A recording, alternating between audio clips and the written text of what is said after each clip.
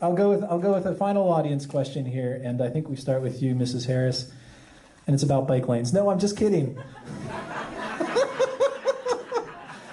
I owed you for the WTAE debate, Councilwoman.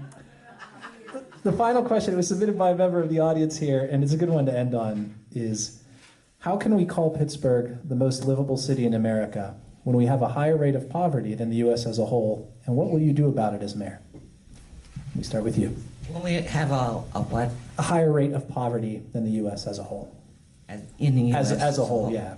Okay, well, I think we answered on what we actually would do as far as bringing in the food and trying to get the neighborhoods to grow it.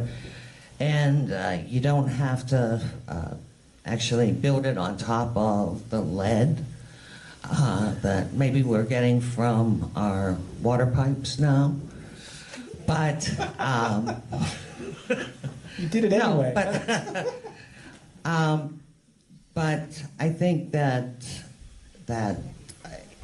we really did answer that question on what we would do poverty-wise with food. And I would be working with Just Harvest and a number of the other ones.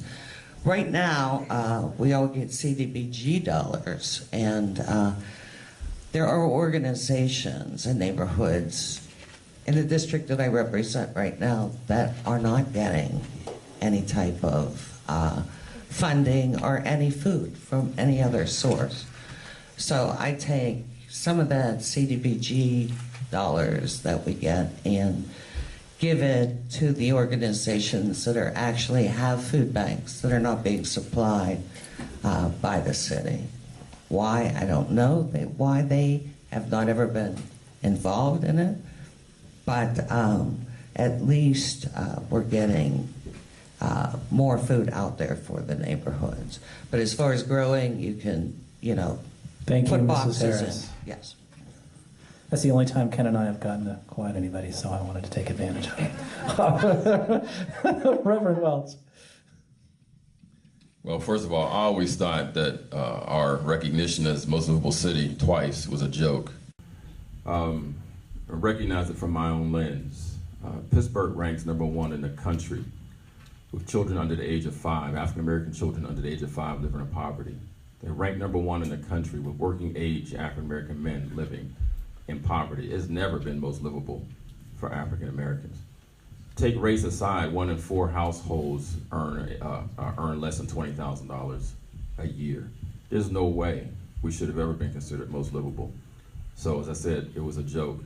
So one of the things that I would definitely have to look at is making sure that we have better jobs in the city for people who want to live here. The other thing is we have to stop hemorrhaging. Our population's been declining. Our population in our region's been declining, and the city. We're second to the Chicago region in the country as far as attrition.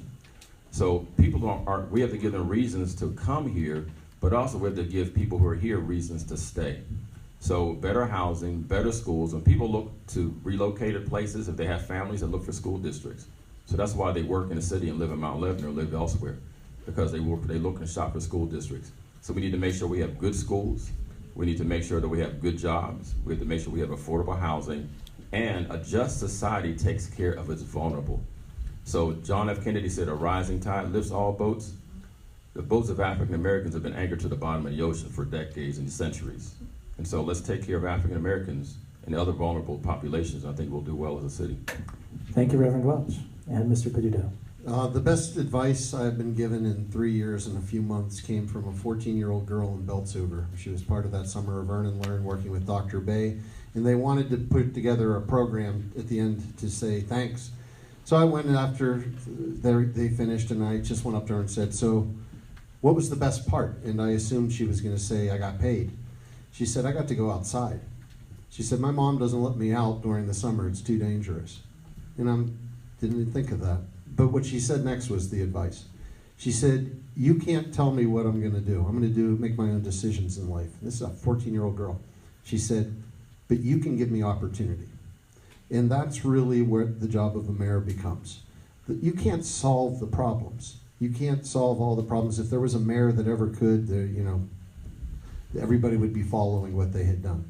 But you can bring together groups, even groups that argue and disagree, and you can make and have an effect on having them row in the same direction in order to be able to provide opportunity. People will make their own decisions in life, and we all have free will. But if you provide people an opportunity, whether it's a young child, whether it's somebody who just got out of prison, whether it's a single mom who's trying to change a career, if you give them an opportunity in life, then you're doing your job as a leader of a city to be able to give them more than just that opportunity. You're giving them hope. Thank you, Mayor Peduto, and thank you to all three of our mayoral contenders. Let's give them a round of applause. You guys are pros.